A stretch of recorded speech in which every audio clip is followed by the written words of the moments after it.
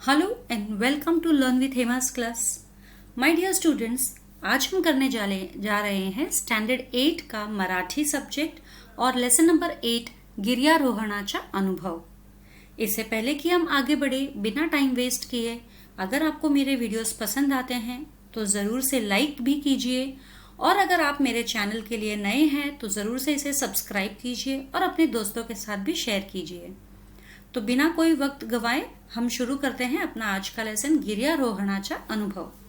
इस चैप्टर के साथ मैं आपको इसके आंसर्स भी प्रोवाइड करूंगी, कंप्लीट पैकेज ऑफ आंसर्स जो टेक्सचुअल है वो भी, और कुछ एक्स्ट्रा क्वेश्चंस भी मैं आपको प्रोवाइड करूंगी ऑब्जेक्टिव टाइप। लेकिन ये इसके आंसर्स आप डिस्क्रिप्शन बॉक्स में लिंक के रूप में पा सकते हैं। तो आगे बढ़ते हैं, शुरू करते हैं हमारे चैप्टर को। गिर्यारोहणाचा अनुभव, ये लिखा है चैप्टर, लिखा है रमेश महाले ने। रमेश महाले जो है 1944 में उनका बॉर्न हुआ था। रमेश महाले एक बहुत ही प्रसिद्ध लेखक है, यानी फेमस लेखक है, यानी जो राइटर है, लिखते हैं बुक्स बच्चों के लिए, खासकर बच्चों के ऊपर स्टोरीज लिखते हैं और साइंस, इन पर आधारित इनकी स्टोरीज होती है। ऑलमोस्ट उन्होंने 109 बुक्स लिखी हैं जिनके लिए उन्हें कई जगहों से पुरस्कार भी मिला है, पुरस्कृत उनको किया गया है। और यहाँ पर ये जो चैप्टर है गंगोत्री, इस यहाँ पर ये जो कुछ बच्चे हैं, ईशान और उसके फ्रेंड्स, ये लोग माउंटेनियरिंग के लिए गए थे और जो नज़ारा इन्होंने देखा क्लाउड बर्स्ट का, यानी कि जो बादल फटता है और जो जोर से बारिश आती है, रिवर का लेवल बढ़ जाता है, जमीन खिसक जाती है, तो ये सारे नज़ारे उन्होंने वहां पे देखा और देखकर दंग रह गए। और किस तरह से लोग परेशान थे, परेशान लोगों को उन्होंने हेल्प किया। तो बहुत कुछ हमें इस चैप्टर से सीखने को मिलेगा। तो चलिए शुरू करते हैं लाइन बाय लाइन एक्सप्लेनेशन के साथ में। शाळेला सुट्टी लागणार होती। ईशान विचार करत होता कि ही सुट्टी कशी घालवायची। स्कूल में छुट्टी लगने ही वाली थी, जैसे हमारे समर वेकेशंस होते हैं या दिवाली वेकेशंस होते हैं। तो ईशान ये सोच ही रहा था कि अब ये साल जो मेरी छुट्टी आएगी उसे मैं कैसे पास करूंगा, छुट्टियों में क्या करूंगा। व्हिडिओ गेम खेळून त्याला कंटाळा आला होता। व्हिडिओ गेम खेल खेल के उसे कंटाळा आ गया था। मित्रांबरोबर रोज क्रिकेट, फुटबॉल आणि बैडमिंटन ही खेलता येऊ शकणार होते, है ना। फ्रेंड्स लोगों के साथ में वो क्या क्या गेम खेल सकता था, क्रिकेट खेल सकता था, बैडमिंटन, फुटबॉल, ये सारे गेम्स वो अपने फ्रेंड्स लोगों के साथ खेल सकता था। शिवाय त्याच रोमांचक कथा वाचण्यात त्याला विशेष गोडी नव्हती। अब वो खेल तो सकता था और प्लस उसके पास में स्टोरी बुक्स भी थे, लेकिन बार बार वही स्टोरी बुक्स पढ़ना भी उसे कुछ इंटरेस्ट का नहीं लग रहा था। तो ना वीडियो गेम, ना क्रिकेट, ना फुटबॉल, ना बैडमिंटन और ना ही स्टोरी बुक्स। तो ये सारी चीजें जो हैं उसे कुछ नहीं चाहिए थी, ये चीजें उसे नहीं करनी थी वेकेशन में। ईशान विचार करू लागला यावेळी सुट्टीमध्ये काहीतरी नवीन करावे। तो वो विचार करने लग गया कि इस साल छुट्टी में कुछ तो नया करने का। काहीतरी असे केले पाहिजे कि सर्व कंटाळा नाहीसा होईल। मतलब ऐसा कुछ तो करना चाहिए कि सारा कंटाळा जो है अपना एकदम छूमंतर हो जाए, ऐसा होना चाहिए। परंतु बराच विचार करूनही त्याला सुट्टी घालवण्याचा योग्य पर्याय सापडत नव्हता। लेकिन बहुत सोचने के बाद में भी उसे अभी तक ऐसा कोई उपाय नहीं मिला कि हम वेकेशन, जो छुट्टी है हमारी, वो कैसे व्यतीत करेंगे।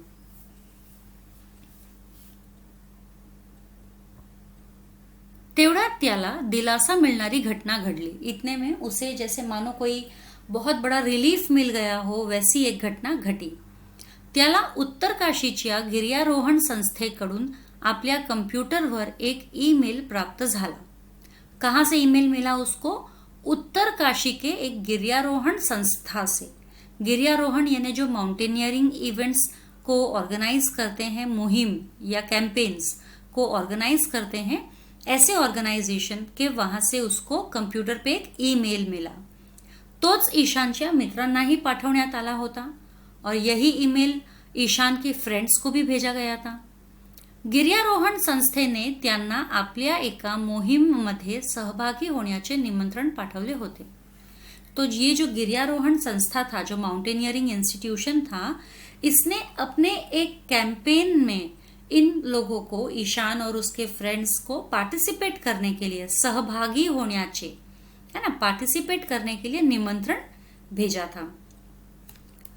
वास्तविक ईशान गिर्यारोहणाचा विशेष छंद, वास्तविक ईशानला गिर्यारोहणाचा विशेष छंद होता. मतलब एक्चुअल में तो ईशान को गिर्यारोहण का बहुत ही आवड़ था, मतलब उसे अच्छा लगता था. यहां पर है हम, वास्तविक ईशानला गिर्यारोहणाचा विशेष छंद होता. मतलब ईशान को ये माउंटेनियरिंग, हाइकिंग वगैरह बहुत अच्छी लगती थी उनको. मतलब he was fond of all this things. गिर्यारोहण आता त्याचा छंद राहिला नव्हता, तर त्याला वेड लागले होते. तो गिर्यारोहण सिर्फ उसका छंद ही नहीं, हॉबी ही नहीं, लेकिन अब उसे उसका पागलपन जैसा हो गया था कि करना है, उसे करना है, गिर्यारोहण, माउंटेनियरिंग करनी है.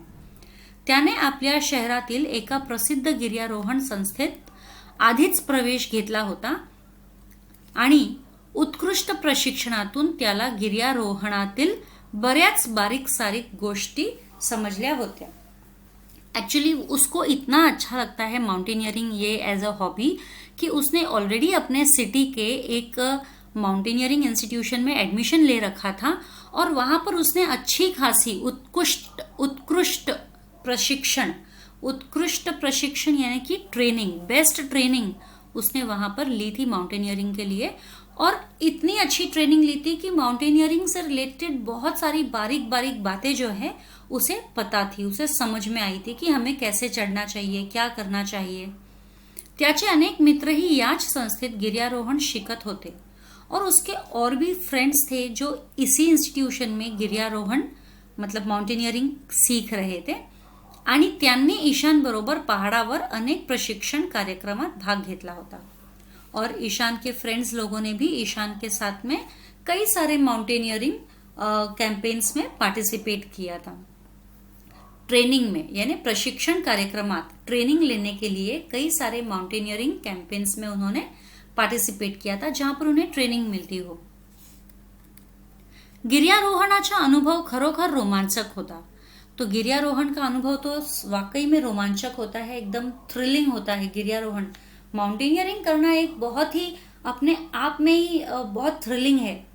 तो मेरी तो बहुत इच्छा होती है कि मैं भी जाऊं माउंटेनियरिंग के लिए. लेकिन माउंटेनियरिंग जाना एक अच्छा फिजिक होना ज़रूरी है आपके लिए, बिल्डअप होना ज़रूरी है, आपको स्ट्रांग होना ज़रूरी है. उसी के साथ एक प्रॉपर ग्रुप चाहिए, प्रॉपर ट्रेनिंग चाहिए. वैसे काफ़ी लोग जाते हैं विदाउट ट्रेनिंग भी, अगर अपने अपने ग्रुप बना के जाते हैं माउंटेनियरिंग के लिए. बट अगर आपको प्रोफेशनली करना है तो you need to have some proper basic training. गिर्यारोहणाचा अनुभव खरोखर रोमांचक होता. आकाशाला स्पर्श करणारे उंच पहाड़, मतलब आकाश को छूने वाले ऊंचे ऊंचे पहाड़, विशालकाय खड़क, बड़े बड़े पहाड़ जैसे पत्थर या पत्थर जैसे पहाड़ बोल लो, हिरव्यागार घाटी यानी घाट जो है, वैलीज हम बोल सकते हैं. यहाँ पे आजू बाजू में पूरे हरियाली, माउंटेन्स पे जाओगे तो आपको हरे भरे मिलेंगे सब कुछ. आणि वेगाने वाहणाऱ्या स्वच्छ पाण्याच्या पहाड़ी नद्या और फास्ट फ्लो होने वाले क्लीन वाटर के पहाड़ से निकलने वाले रिवर्स. तो ये सारी चीजें गिर्यारोहण में उसे ये सारी चीजें बहुत पसंद आती है, इसीलिए उसे वो रोमांच लगता है.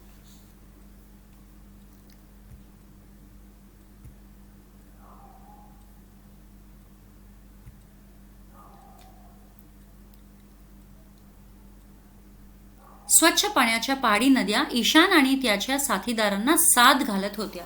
तो मानो जैसे ये जो स्वच्छ पानी की नदियां हैं ये ईशान और उसके फ्रेंड्स लोगों को बुला रही है, ऐसे लगता है.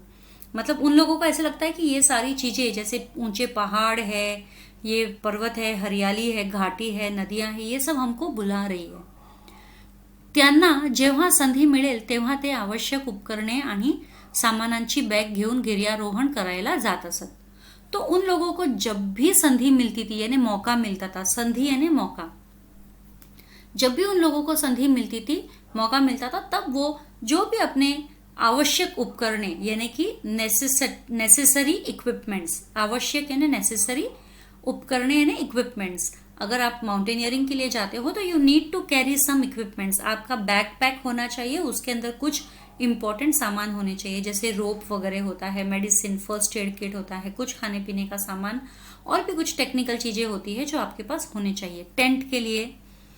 तो वो सब उनके पास होता था और वो लेके निकल जाते थे, गिर्यारोहण करायला जात असत। ऐसा कभी भी उनको अगर मौका मिलता था तो वो अपना बैग लेकर निकल पड़ते थे, जरूरी सामानों का बैग भर के निकल पड़ते थे माउंटेनियरिंग के लिए। उत्तर काशीच्या गिर्यारोहण संस्थेचा संदेश वाचल्यावर ईशान फारच खुश झाला। और तो जब ये उत्तर काशी का उनको मैसेज आया था, ईमेल आया था कि आपको यहाँ पे पार्टिसिपेट करने के लिए इन्विटेशन दिया जा रहा है, तो वो ईशान तो बहुत खुश हो गया था। त्याने लगेच या निमंत्रणाची माहिती आपले मित्र धैर्य, प्रशांत, अमन आणि सक्षम यांना दिली।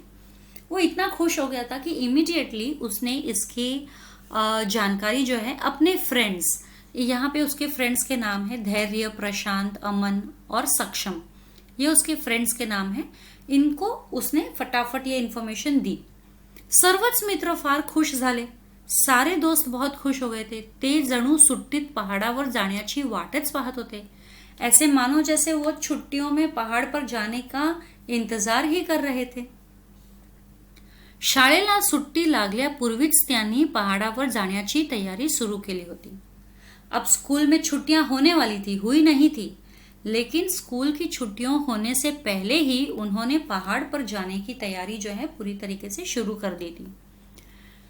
शाळेला सुट्टी लागल्याबरोबर सर्व मित्र टॅक्सीने ऋषिकेशहून उत्तर काशीला पोहोचले। तो जैसे ही स्कूल की छुट्टियां लग गई, सबके सब ने टैक्सी से ऋषिकेश से, मतलब ये लोग कहाँ से निकले, ऋषिकेश से, टैक्सी करके ऋषिकेश से उत्तर काशी को पहुंचे, उत्तर काशी पहुंच गए। वाटेत उंच उंच पहाड़ पाहून ते फार रोमांचित झाले होते, और रास्ते में बड़े बड़े पहाड़ देखकर तो वो बहुत ज्यादा रोमांचित हो गए थे, बहुत ज्यादा एक्साइटेड हो गए थे। गिर्यारोहण संस्थेच्या आपल्या साथीदारांना भेटल्यावर ईशान आणि त्याचे मित्र खूप उत्साहित झाले होते।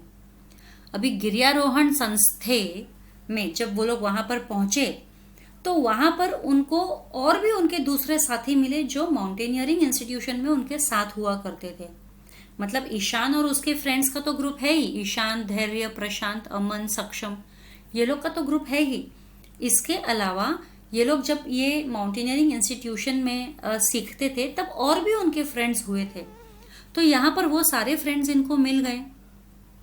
तो इन सभी फ्रेंड्स को देखकर ये सब बहुत ही उत्साहित हो गए थे, एक्साइटेड हो गए थे कि चलो अभी मजा आने वाला है, हम सब मिल गए हैं। सर्व मित्रांनी मिळून माउंटेनियरिंगच्या सहाय्याने उत्तर काशीहून गंगोत्रीला जाण्याचा निश्चय केला। तो सभी लोगों ने, सभी फ्रेंड्स ने मिलकर माउंटेनियरिंगच्या सहाय्याने यानी माउंटेनियरिंग करते हुए उत्तर काशी से गंगोत्री के तरफ जाने का निश्चय किया। उत्तर काशी नॉर्थ में, वहां से गंगोत्री के तरफ जाने का निश्चय किया, थ्रू माउंटेन्स क्लाइंब करके जाने का निश्चय किया। तो अब हम आ जाते हैं नेक्स्ट पेज पे।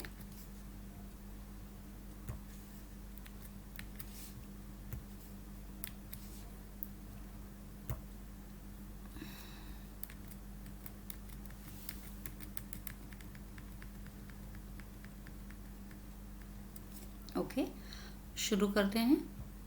गिर्यारोहण शुरू झाले, गिर्यारोहण यानी उनका माउंटेनियरिंग अभी जो ट्रैकिंग जो है शुरू हो गया। उंच पहाडावर गिर्यारोहण करणे काही सोपे काम नव्हते, और इन बड़े बड़े पहाड़ों पर गिर्यारोहण करना यानी माउंटेनियरिंग करना कोई आसान काम नहीं था। अनेक तासांच्या कठीण आणि थकवणाऱ्या चढाईनंतर शेवटी ते गंगोत्रीला पहुंचले। कई घंटों के बाद एकदम थक गए थे वो, थकवणाऱ्या चढ़ाई नंतर, मतलब ऐसी चढ़ाई थी टेढ़ी मेढ़ी या स्टीप चढ़ाई समझो कि वो पूरी तरह से थक चुके थे, थका देने वाली चढ़ाई थी ये। और फाइनली वो लोग काफी घंटों की चढ़ाई के बाद गंगोत्री पहुंचे। ईशान आणि त्याचे साथीदार गंगोत्रीला पोहोचल्यामुळे फार उत्साहित झाले होते।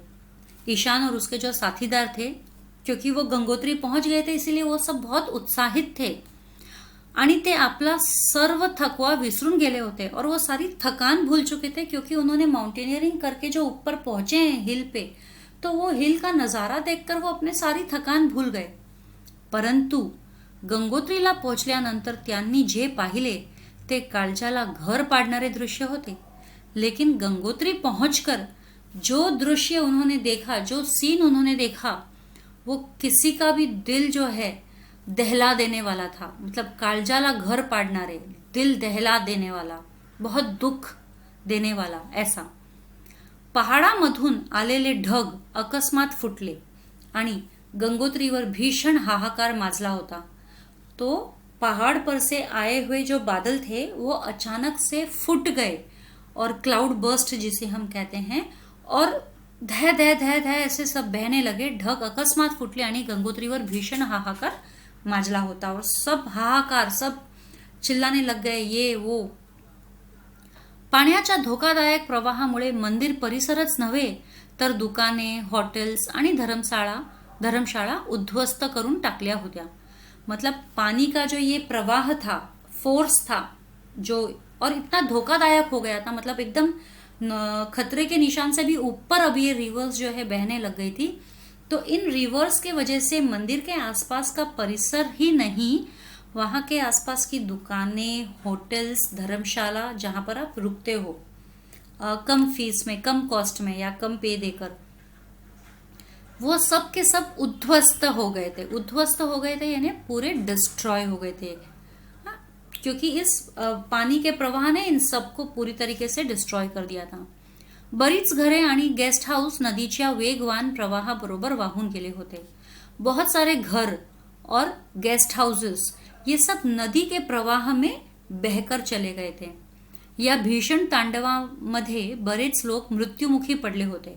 और ये जो भीषण तांडव था, नाच था, जो नेचर का क्रोप हम बोल सकते हैं, उसमें जैसे मानो बहुत सारे लोग जो है मृत्यु के मुंह में पड़ गए. मृत्यु मतलब वो मर गए. बहुत सारे लोग इस नेचुरल डिजास्टर में मारे गए.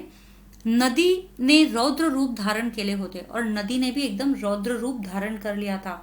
डिस्ट्रक्शन वाला रूप जो है नदी ने धो धो करके बहुत ऊंचे लेवल पे बह रही थी. या तांडवात आपल्या आप्तेष्टांना गमावलेल्यामुळे लोक स्फुंदून स्फुंदून रडत होते.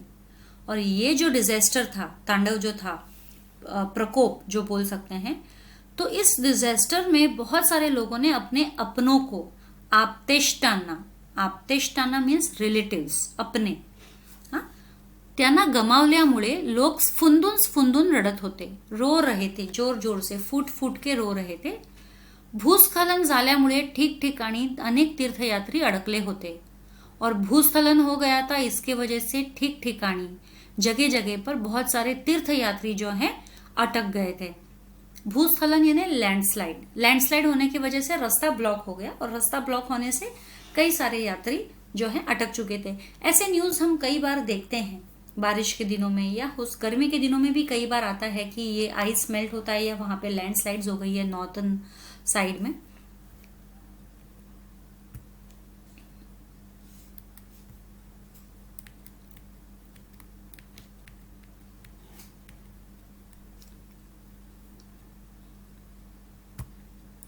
तो लोक स्फुंदून स्फुंदून रडत होते. भूस्खलन झाल्यामुळे ठिकठिकाणी अनेक तीर्थयात्री अडकले होते.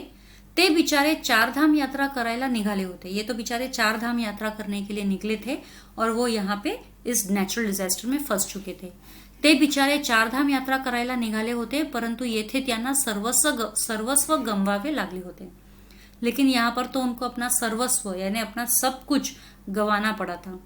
ईशान आणि त्याच्या साथीदारांनी पहाडावर हे सर्व पाहिले तेव्हा त्यांच्या अंगावर काटे आले आणि गिर्यारोहणाचा सर्व उत्साहच नाहीसा झाला. तो ये सारा दृश्य जो है ईशान और उसके दोस्त वहां पर पहाड़ से देख रहे थे. जैसे जैसे वो ये सीन देख रहे थे, सब लोगों की तकलीफें देख रहे थे, मानो जैसे जो एक्साइटमेंट थी उनकी इतना हाइकिंग करके आने का, सारी एक्साइटमेंट खत्म हो गई और जैसे बहुत ज्यादा डर उनके अंदर बैठ गया कि बाप रे ये क्या हो गया या ये क्या हो रहा है. अंगावर काटे आले यानी घूसबम्स बोल सकते हैं, डर जाना अचानक से. ईशान आणि त्याचे साथीदार ही परिस्थिती मूकपणे पाहू शकत नव्हते. अब ईशान और उसके साथीदार जो थे वो ये सिचुएशन को चुपचाप बैठकर देखने वालों में से नहीं थे। कुछ एक्शंस लेना उनके लिए जरूरी था। तो अब देखते हैं क्या किया उन्होंने। अचानक तेथे भुकेने व्याकुळ झालेल्या एका मुलाने आपल्या वडिलांकडे बिस्किटाची मागणी केलेली ईशानने पाहिले। मतलब अचानक से वहां पे जो अफरा तफरी मची थी, तो उतने में एक भूखा बच्चा जो है भूख से व्याकुल होकर अपने पापा को बोल रहा था की उसे बिस्किट दिला दो। वडिलांनी जेव्हा दुकानदाराला बिस्किट पुड्याची किंमत विचारली तेव्हा तो म्हणाला, बिस्किटांचा एक पुडा 100 रुपयांना मिळेल आणि पाण्याची बाटली 200 रुपयांना मिळेल। तो जब उस फादर ने एक दुकानदार को पूछा बिस्किट के पुड़े के बारे में, तो दुकानदार ने कहा कि एक बिस्किट का पुड़ा जो है 100 रुपीज का है और एक पानी की बोतल आपको 200 रुपीज में मिलेगी। शॉकिंग! बिस्किट का पैकेट जो 5 रुपए का होता है 100 रुपीज में, और पानी की बोतल जो 10 या 15 रुपए की होती है वो 200 रुपीज में। तो ऐसे टाइम पर काफी लोग जो है यह फायदा उठाते हैं लोगों की मजबूरी का।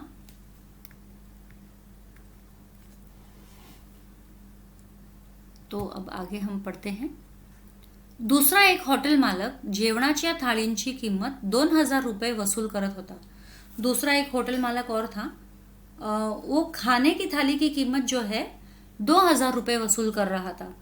2000 रुपये खाने की थाली के लिए? अरे बाप रे! दुकानदारांची ही मनमानी पाहून ईशान आणि त्यांचे साथीदार हैरान झाले होते। तो ये मनमानी जो देखे है ना कि जैसे मन में आए वैसे कर रहे हैं, ये मनमानी देखकर ईशान और उसके फ्रेंड्स लोग बहुत ही हैरान हो गए थे। काका, ही तर सरल लूटमार आहे। तो उन्होंने अपोज करते हुए कहा उस दुकानदार से कि काका, ही तर सरल लूटमार आहे, कि अंकल ये तो आप बिंदास लूट रहे हो, एकदम सीधे सीधे लूट रहे हो। 5 रुपयात मिळणाऱ्या बिस्किट पुड्याची किंमत 100 रुपये।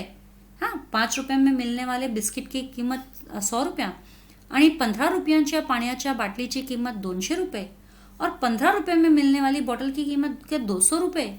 ये आप कैसे ले सकते हो? ये तो गलत है ना। फिर वो दुकानदार क्या बोला, मुलांनो, तुम्ही आपले काम करा, तुम लोग अपने काम करो। येथे पहाड़ावर वस्तू याच भावाने मिळतात। इधर पहाड़ों पे ये चीजें यही भाव में मिलेगी। पहाड़ों पर नॉर्मली हम देखते हैं कि प्राइसेस नॉर्मली ज्यादा होते हैं। तो अगर हम कोई हिल स्टेशन वगैरह भी जाते हैं वहां पे, अब अगर नॉर्मल चीज, नॉर्मल बॉटल आप यहाँ पर 10 या 15 रुपीज में खरीदते हो, वहां पर वही नॉर्मल बॉटल आपको 30 या 50 रुपीज में मिलती है। तो हिल स्टेशंस में दाम नॉर्मली बड़े डबल ही होते हैं, लेकिन यहाँ पर तो ये डबल क्या 10 टाइम्स बोल रहे हैं। तो ये आदमी बोला कि तुम लोग अपना काम करो, ये भाव में ही यहाँ पर पहाड़ों पर इस भाव में ये सामान मिलेगा। ज्याला गरज वाटेल तो खरीदी। मैं आगे वापस ले लेती हूँ।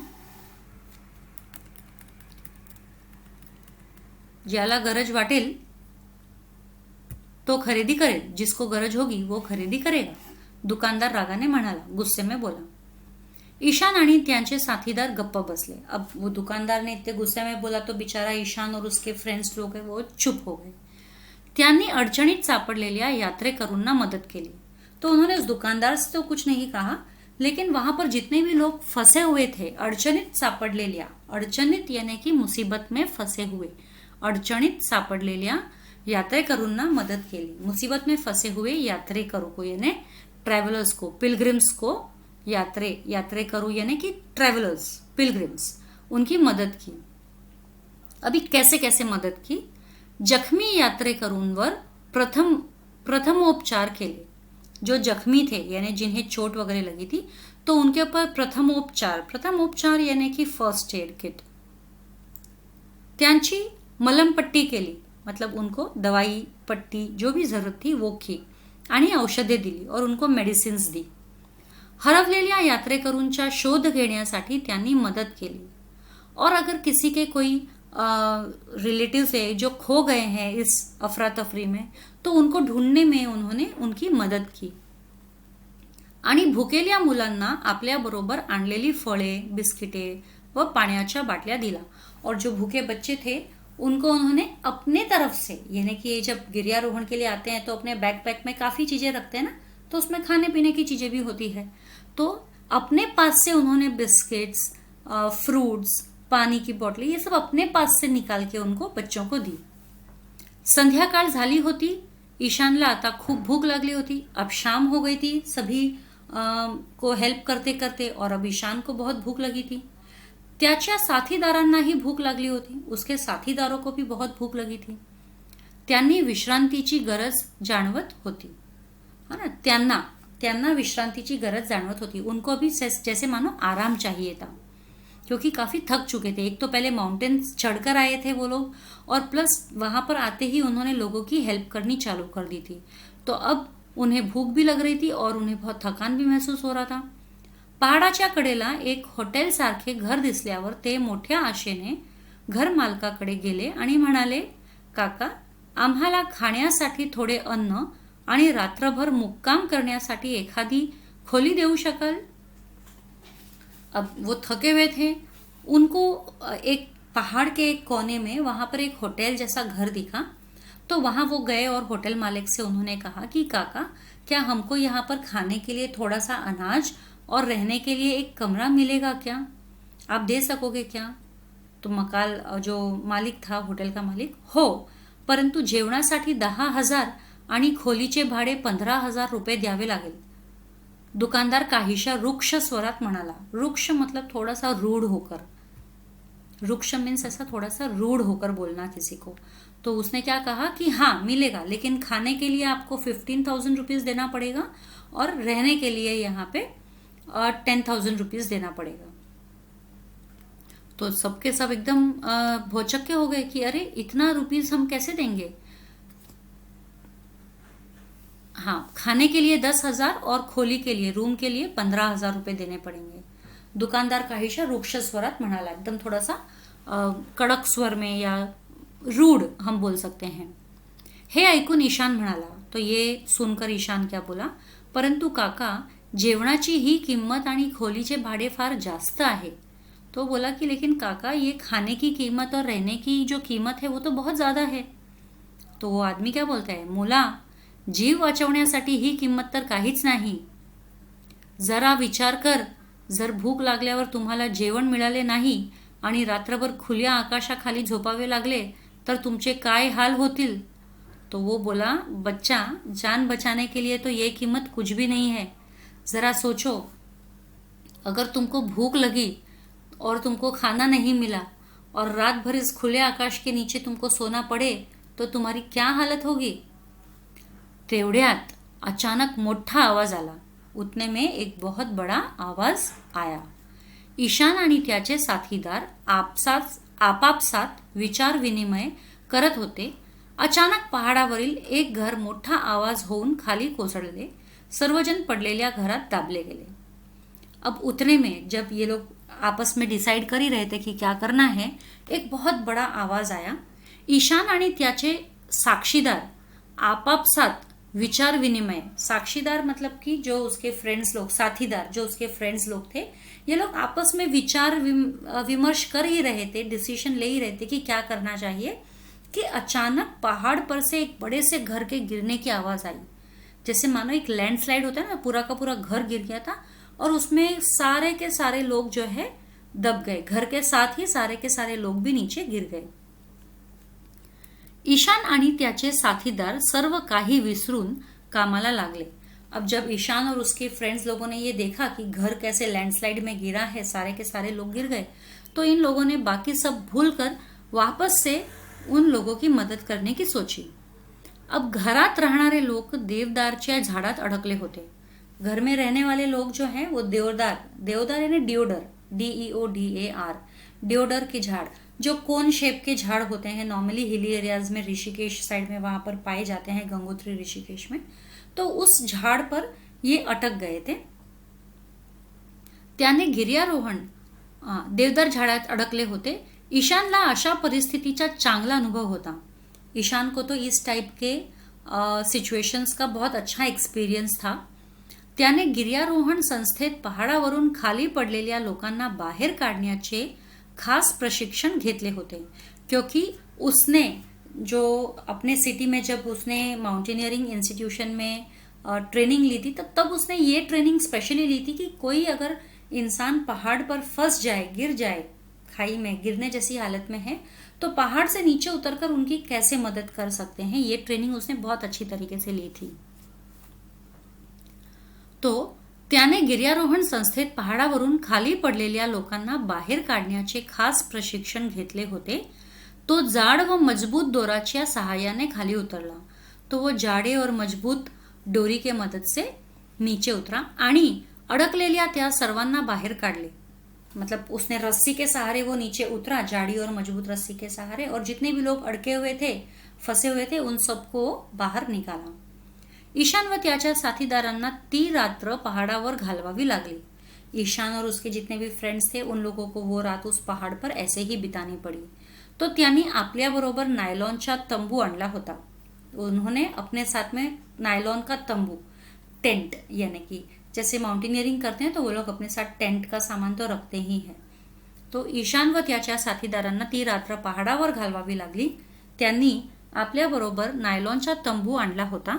त्या आधुनिक तंबूत त्यांची कोणतीही गैरसोय झाली नाही, क्योंकि वो जो है थोड़ा मॉडर्नाइज्ड ये था उनका टेंट, तो इसलिए उनको कोई तकलीफ हुई नहीं. मतलब जो ठंड जैसा ऐसा कुछ लगा नहीं, क्योंकि पूरी तरह से कवर्ड था वो, और they were quite warm in that tent. पहाडावर झालेल्या या दुर्घटनेची माहिती सेनेला मिळाली होती आणि हवाई दलाच्या हेलिकॉप्टरने बचाव अभियान सुरूही केले होते. अब जब ये लोग पहाड़ पर ये दुर्घटना हुई तो इस दुर्घटना के बारे में जो हवाई दल है, जो एरोप्लेन से ये बचाव कार्य जो करते हैं ना, हवाई जहाज से बचाव कार्य करते हैं, तो उन लोगों को इस बात की पता चली, और पता चलते ही उन्होंने अपना बचाव अभियान शुरू कर दिया था कि कहाँ कहाँ पर लोग फंसे हुए हैं, उन लोगों को निकालना है. ये बचाव अभियान उन्होंने शुरू कर दिया था. सकाळ झाल्यावर ईशानने व त्याच्या मित्रांनी आसपासच्या जंगलातून लाकडे गोळा करून आणली व त्यांना आग लावली.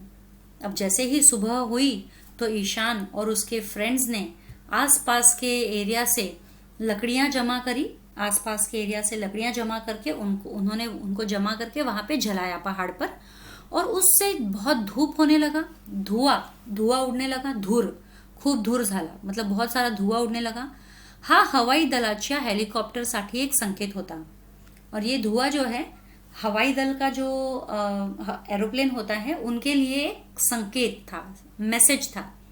हाँ, सिग्नल बोल सकते हो, सिग्नल था कि यहाँ पर लोग फंसे हुए हैं, आप यहाँ पर आओ.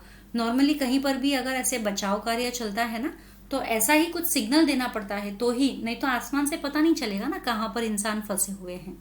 तो सिग्नल मिलने पर फटाफट बचाव कार्य जो है शुरू हो जाता है. हा हवाई दलाच्या हेलिकॉप्टरसाठी एक संकेत होता.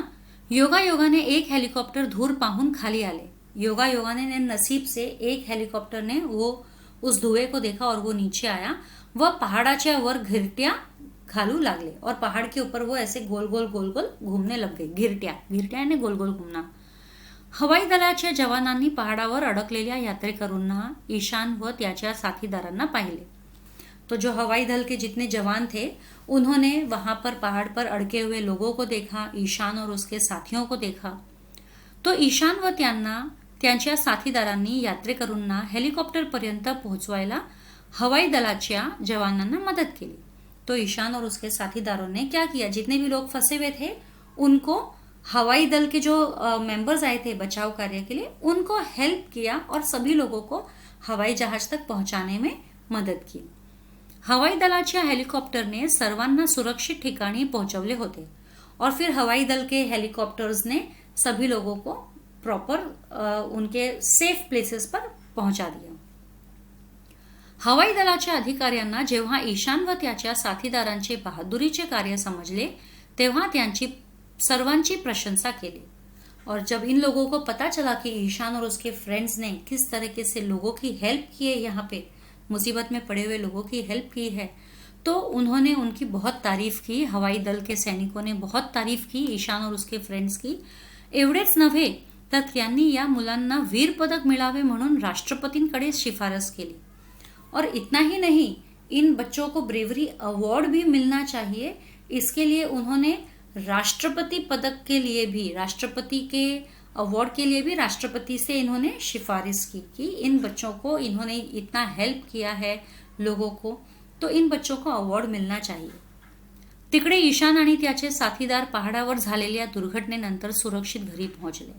और यहाँ पर ईशान और उसके जो साथी है वो सब पहाड़ पर दुर्घटना जो हुई थी उसके बाद भी सुख रूप से वो लोग घर पे पहुंच गए, सभी को हेल्प करके मोस्ट ऑफ, क्योंकि यहाँ पर भी इनके घर वाले भी चिंता में ही थे ना, क्योंकि ये लोग वहां पर गए थे उसी एरिया में, तो ये लोग सुख रूप से घर तो पहुंच ही गए.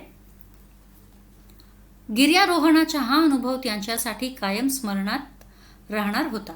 और ये गिर्यारोहण का जो ये अनुभव था ये हमेशा उनके साथ, उनके दिल में ये एक मेमोराइज हमेशा उनके दिमाग में रहेगा. स्मरणात यानी इन दियर रिमेम्बरेंस, उनके दिमाग में हमेशा ये रहेगा, ये कभी नहीं भूल पाएंगे इंसिडेंट्स को. तो ये चैप्टर तो अपना खत्म हो गया है. इसके कुछ डिफिकल्ट वर्ड्स हैं. गिर्यारोहण मीन्स पर्वत चढ़ने, घाटी मीन्स लहान घाट.